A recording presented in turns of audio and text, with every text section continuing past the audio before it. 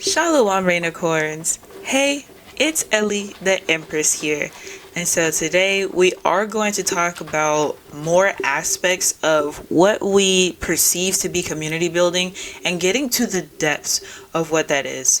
And so a lot of us have been on this journey of observing a lot of things, putting forth action into certain areas, and myself included. It's kind of like, well, what actually is supposed to happen?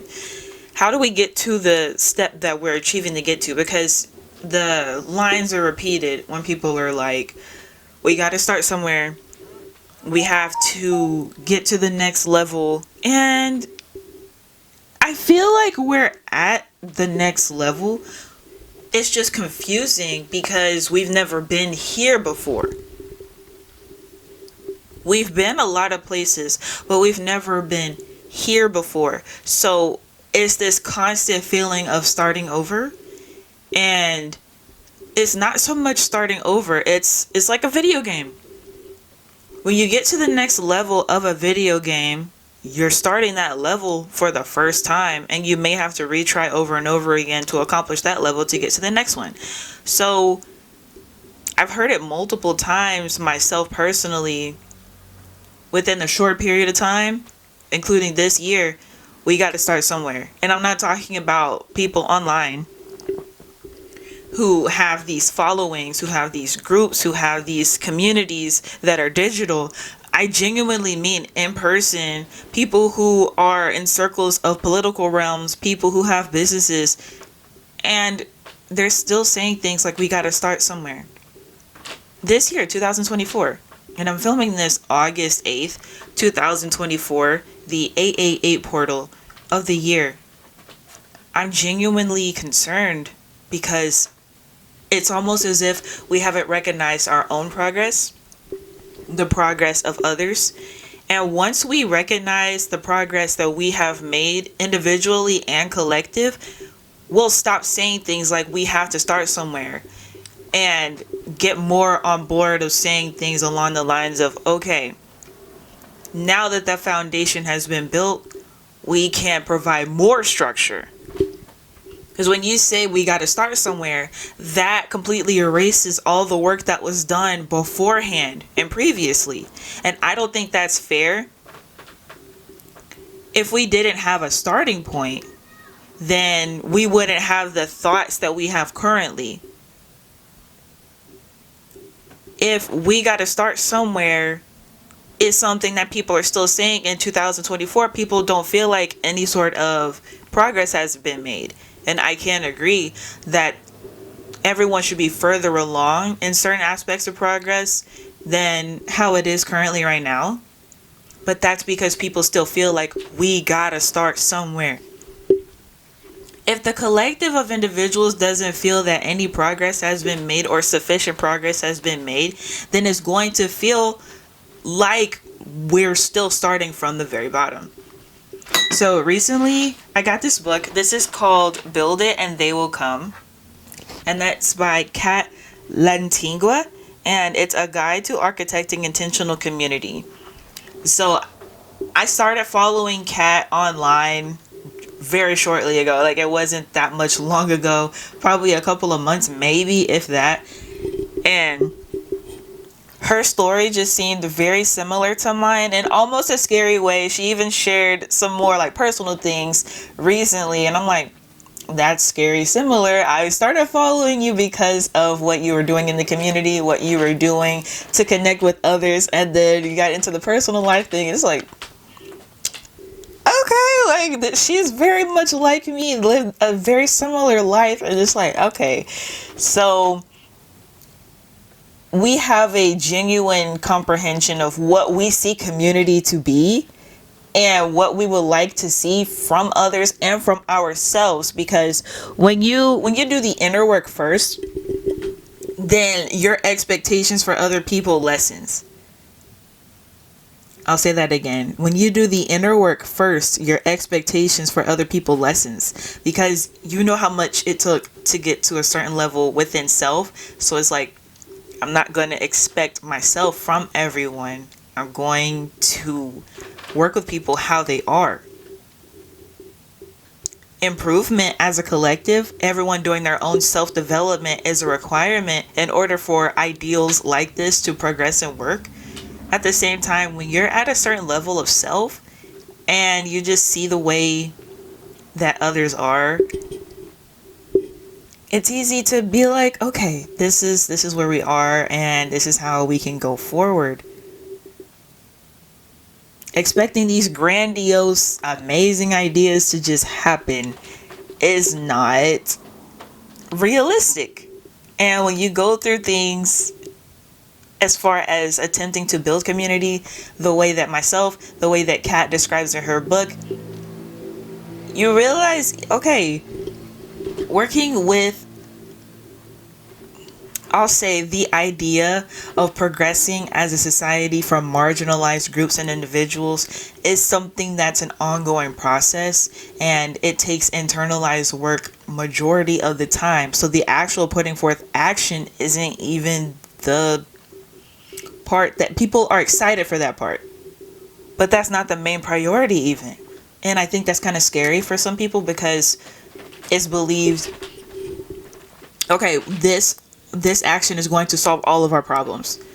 And that's actually not true. And I think that's kind of scary for people who haven't done the work, physical work, as far as, getting out there with people and organizing events. And then doing that internal work, that's the part that's scary for people, because it's like, well, if this solution is provided, then I won't have to do all that other stuff. And that's not true. It's actually better to do that internal work before getting the physical manifested stuff, items, materials. Because how are you supposed to handle it when you're carrying baggage or trauma? And that's something that a lot of people don't think about. So I'm going to read from Kat's book. I have read a little bit before, and this coincides with what I did on that live stream. That live stream is called Goddess Council. If you want to listen to it, that is just me reading and giving my own input on what she wrote in her book from that particular chapter. So if you would like to read, of course, get her book. I recommend this for really everyone, in particular ladies. However, everyone is able to read it and see from the feminine perspective, a feminine marginalized individual's perspective, and see what exactly has happened, what people like us have gone through, and how we can continue forward and make more progress. So this is Goddess Council Host Handbook. In February 2020, I began drafting up this handbook as a way to assist incorporating new habits in new cities as Goddess Council expanded. It took me about a month to complete, but by the time I did, the 2020 pandemic was in full swing, so I never passed this handbook along to anybody. And even stuff like that, we had a worldwide shutdown, and I think that is the new reset starting point that a lot of people have not recognized fully, because we were essentially conditioned to always believe that certain systems will uphold no matter what. And when that was proven false, everyone went into a state of shock that many never fully recovered from. So the way that Kat was able to re-engineer what she started and place it into literature for people to learn from, not everyone is able to pivot in such a way. Not everyone was able to pivot in such a way. And that goes to show that innovators such as Kat are to be held in a way of seeing a blueprint of sorts. Even what I'm reading to you right now is a blueprint of sorts that she created.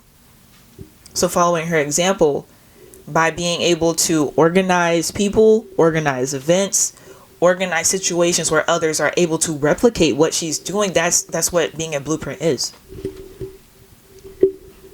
As I reread it and thought about whether it should be included in these pages, I couldn't help but realize that this handbook was the initial iteration of this very book. I hope it serves as a tangible reminder that every idea has to start somewhere. I hope it initiates some kind of inspiration and get put to use in whatever way you see fit. And so on this platform, this is what we do.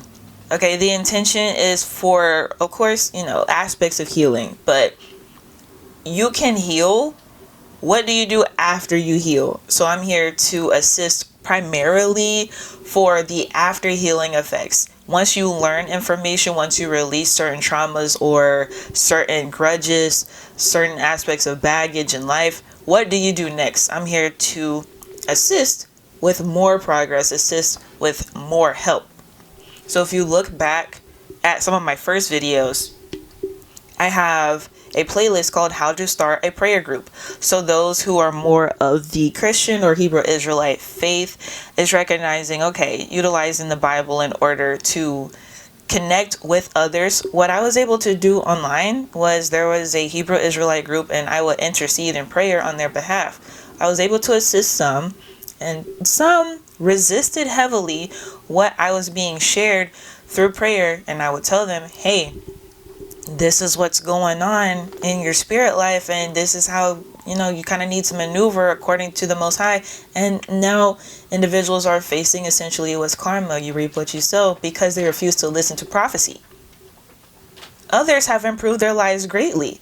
I didn't even have to give advice because there was nothing to correct. They were on the right way, the right path initially, and by interceding on their behalf, my goal was to assist in their ascension as individuals. Individuals are married, children now, businesses flourishing, and things are improving. And that's all I like to see. If you're receiving this handbook, it's because you're interested in becoming an official Goddess Council host in your city. And wow, I'm so excited that you're stepping into such an important role in your community. The voice you're hearing as you read this is mine, Kat. I'm the founder of Goddess Council and a fellow host currently based in Brooklyn. Let me start off by just saying that never, ever, ever did I imagine GC to take off in this way. In the beginning of 2018, I started this community out of my very first apartment because I was desperate for friends. I'd moved to Brooklyn at the end of 2017 and found myself 6 months in without any friends and deeply craved a sisterhood. I randomly got stuck with inspiration to, quote, manifest the sisterhood I was looking for and put it all on the internet. The rest is history. What initially started off as 4 strangers in my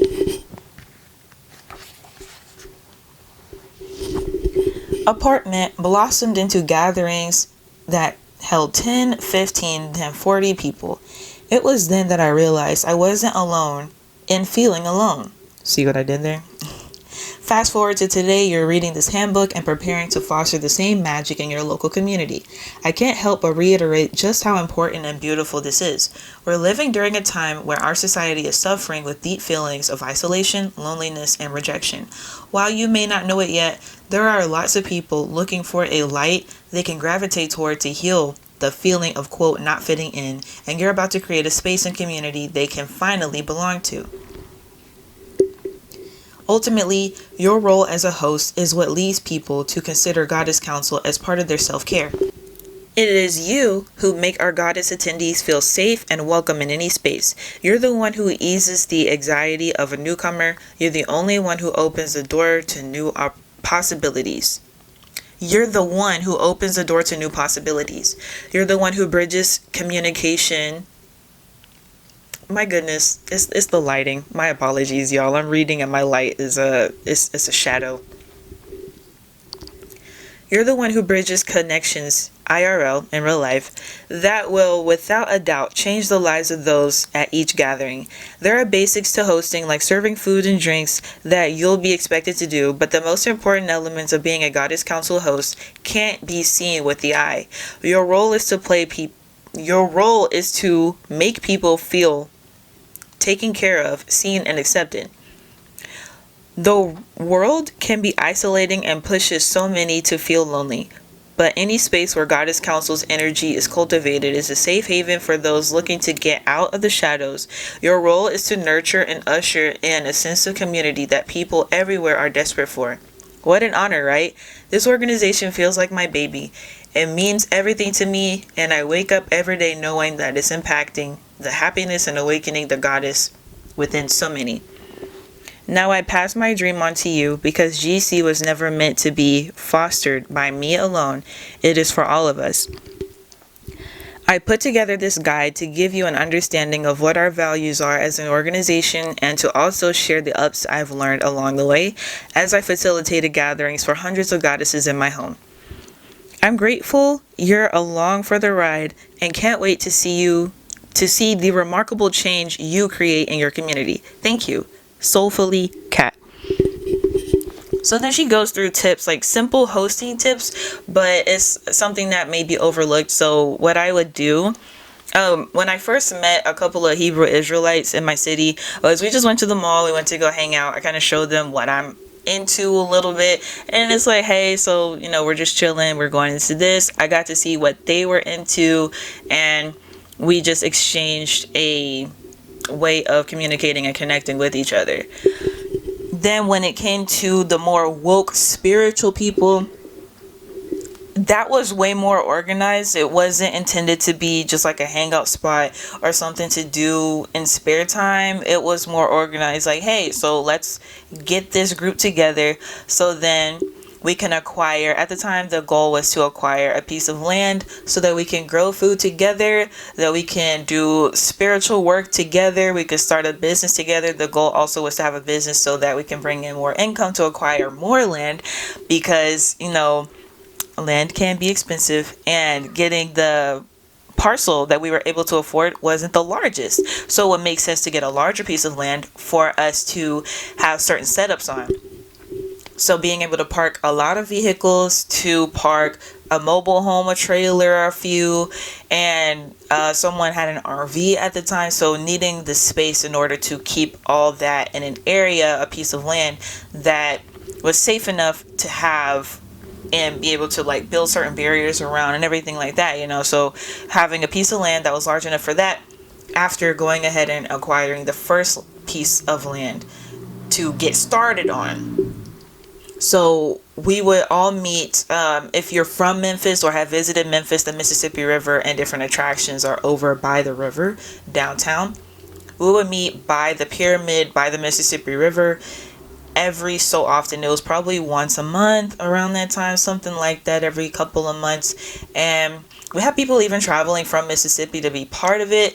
And so we would have our meetings and be like, okay, let's pick a piece of land.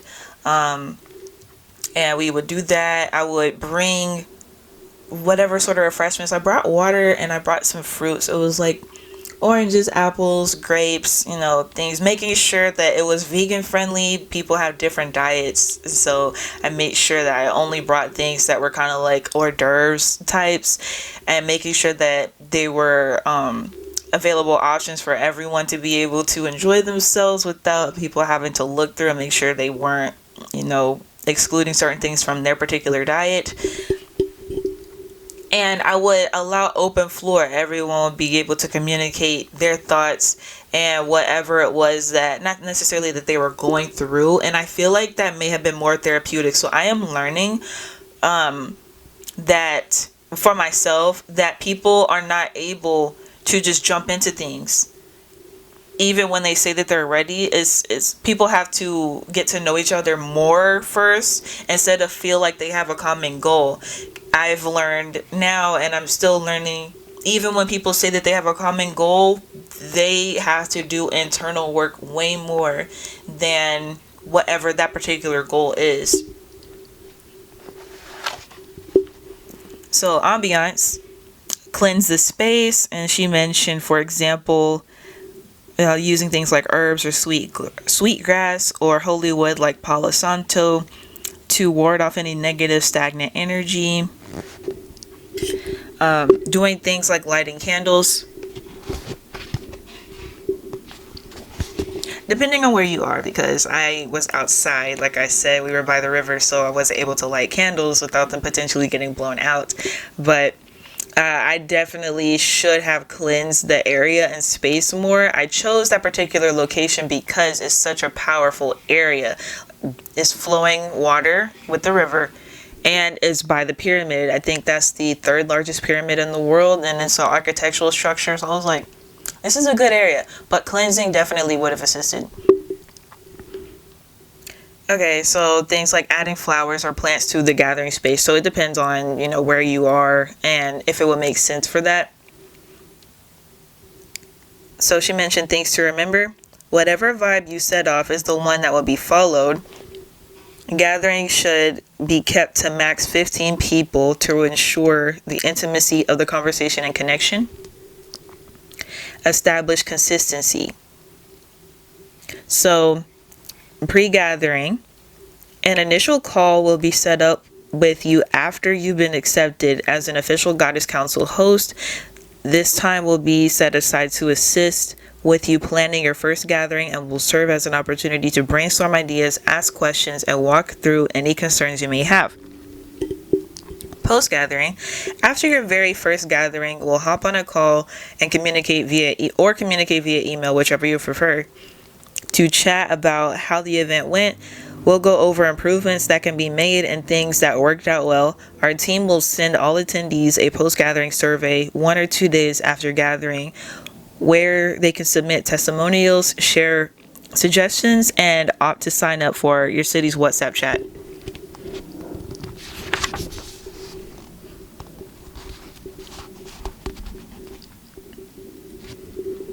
Okay, so this next part is hosting a gathering. And it says, welcome, setting the tone. It's important to keep in mind that many people coming into this space are shy, timid, or have some general anxiety about, quote, putting themselves out there. Calming down people's worries in subtle ways, quote, through body language, tone of voice, as they enter the gathering makes a huge difference. So the suggestions are hugs versus handshakes. I'm a big hugger, and I was very big on doing the whole hug thing rather than just basic handshakes or surface level conversation. Disarming the first couple of people who may feel the most challenging because you will have to spend more one-on-one time with them. That makes a lot of sense. That makes sense.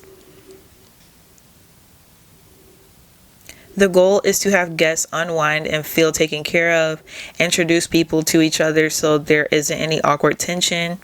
And the goal is to disconnect people from everything that happened in their day to where they are right now, help them connect to others and feel at home.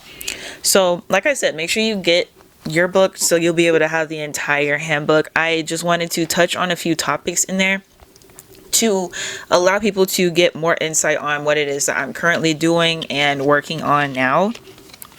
So some of you all may know I do have a private equity firm, and I just got my business cards recently. And what we're doing is I have the land now. Unfortunately, my goal was to acquire and work on land with people. And this is, she said Goddess Council. So it's a feminine focused aspect of community where I know how life is, okay? Like, I have a child. My child is a boy. So I have a child. My child is a boy. I have a father. My father is deeply involved in community building events, and I have conversations with him about my spirituality, about the things that I talk with my son about. So having something that's specifically female focused was never on my radar. So different things that she was talking about definitely does make a lot of sense in female focused spaces. And it's not that I'm against that. I'm genuinely in a space where, okay, the male species exists, so we have to involve them somehow in what it is we're doing. So I've learned constantly over and over again, treating males and females the exact same never works. It's never going to work and never has worked. There's a reason that there's more male-centered and focused aspects of society and life, and there's more female-focused aspects of society and life, and that's genuinely due to our physical body chemistry, our physical bodies themselves. Literally, our genitalia does different jobs, and our brains work differently. Our hormones behave in different ways. Everything functions differently all the way getting to a spiritual level. So it's annoying, only because radical transparency isn't something that everyone's adept to being accustomed to. Not everyone's able to fully be aware of and function with their feelings and emotions to the fullest extent and be real with themselves all the way. Again, these are things that I have learned and I'm continuing to learn. So I say that after the whole gender thing because, well, you get into a space of people who say that they would like to accomplish a goal together. Not everyone's telling the truth, or not everyone is telling the truth for the reason that you believe that they're telling their truth.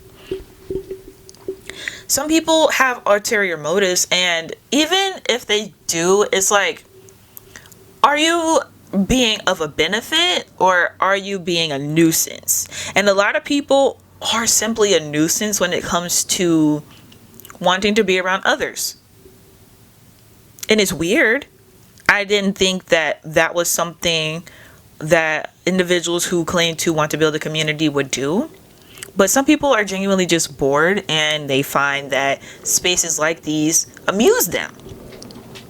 That's highly weird. That's highly strange. So getting to know people on a much deeper level was something that I didn't think was necessary. And that's my fault. I thought that getting to know people over time would be okay because, well, we have this common goal. This doesn't seem like something people would play around with. Well, people will play with anything. And the more I go through these circumstances and situations, the more I see people will play with anything. And as serious as it is, we have police brutality, we have police murders still, and it's still funny to people. They may not laugh outwardly, but it's not serious enough for them to take community building aspects as seriously as possible. So with the private equity firm and what I'm doing now, the land that I do have, it's being built upon for headquarters purposes, and ladies are able to participate without paying a cost. The barrier to entry with the private equity firm for ladies is being part of the research team, the writing team. So originally there was no barrier to entry. We just allowed anyone in, and once it came time to purchase the land that we were looking at, it was okay, let's split up the costs. Even before we got to that point, people started acting weird, and the cost wasn't a lot. It wasn't like, a few $1,000s per person. It was not anywhere close to that. It was genuinely less than $300 a person. Really less than that. So we're not talking about extreme costs, and we were penalizing people for not being able to reach it. I was like, we can work something out where, if someone's not able to reach that point, we can figure it out. Because it was a sense of, that's what community is supposed to be anyway. This person may not have the specific finances, but they have the talent and necessary skill for us to do this, and that. So if we can all come together to supplement what they lack, then we can do the same thing for other people in different areas of what we have as a community. People have wounded senses of what they think community is. So even when you break something down like that, they're not able to see it. Even when the vision has been set, is clear, the inner work of all individuals individually is necessary before getting to the big group goal. So when it comes to males, they have to invest financially, and it's not something that I said was simple before, where it's less than $300 per person. No, it's a private equity firm. So being able to be part of what's happening as far as building this community, it's $11,000. Is no longer some, let's go to this event and then let's have fun and, kind of bother people a little bit and pretend like we're accomplishing a goal together. It's no more of that. This is something that's life or death for me. My life has actually been in danger before, Kat mentioned in her book where her life was in danger as well. It wasn't necessarily because of what she was doing to build community. It was just something that made her realize how important community was. It was more of a catalyst to push her to be like, okay, let's get started in this community stuff, where I'm just sporadic brain trying to be like, okay, well, who's actually trying to build a community out here? And then I just keep running into a bunch of people who are playing about themselves. And I'm like, wow, okay, you know, I know I'm serious, so build it and they will come. And I had to do it by myself and provide a barrier to entry that's safe for me, that's going to continue in what we're doing. So if there's a bunch of ladies who are like Kat, who have writing skills and the ability to share from their perspective whatever it is that they hold dear to themselves or that they are experts in, that's what ladies are required to do to be part of the research team and have access to the information and the land. That's what it is. And they're able to make income from that externally. For the masculines, the males, they have to invest financially, and they can do other aspects of whether that's networking and getting in touch with other males to be able to benefit ourselves, and we also benefit them. That's how that would work on a business scale. And for myself personally, I had to make it more corporate-ish and more corporate-like, because when things were disorganized, and they, on my end, things weren't even disorganized. That's the part that's kind of sad. It wasn't even disorganized. It was very organized. It was just the barrier to entry was free. So it was allowing all types of energies and all types of thought patterns to essentially invade the space, when no, I just need business oriented people who are serious about these things. Like, you don't have to be an entrepreneur, but someone who thinks like an entrepreneur, someone who is able to build, someone who is able to do something that's innovative and new for the benefit of others, not just self. And people have to make sure that they're doing their own internal work. As a lady, it takes a lot to sit down, pen to paper, keyboard to screen, and get an organized piece written for the purpose of sharing it with others. For males, they got to make money. It takes a certain discipline and skill set to be able to make a certain amount of money. So that's what they do on their end. There's forced discipline. That's the barrier to entry. So it's like, you can't say it's a money hungry thing when ladies don't have to pay anything. I genuinely would like for ladies to know exactly what it is they're passionate about, write about it, and then enter the space, rather than requiring finances from everyone. Males, I require an extreme amount of finances because I've seen guys blow hundreds of dollars on useless things. I was a victim of essentially being extorted because my photos were leaked to the internet and people started selling them. I've had a business, an online business, for years, and people have known about it, and they never shared any finances with me in that aspect, or even sent a donation. So for me, it's like, okay, well, y'all will blow money on stuff that will never benefit you or get you to the next level in life. So if you want to be around me, you've got to be at a different level in life. So paying 5 figures, that will put someone at a different level in life, rather than them just kind of spending some money, $100, $200, just to be around me, because people will do that just to waste time, and we're not in that period of time anymore. But yeah, this is a lot. It takes a lot to organize these types of things. It takes a certain mindset, and just wanting everyone to do better. In every aspect. I've been around politicians. I've been around different celebrities. I can't say certain celebrities. I was around David Banner when I was a child. And so it was like, people like that who do a lot. They do a lot of speaking for our people, to educate our people. It just takes a lot. And I think we're just at we're at that next level. I'm Generation Z. So we are at that next level of, okay, the foundation was set. Now let's build more structure for others to benefit from, along with ourselves. So yeah, that was it. I will see you all in the next one. Shalom, rainicorns, Tawara. And that means thank you in Hebrew.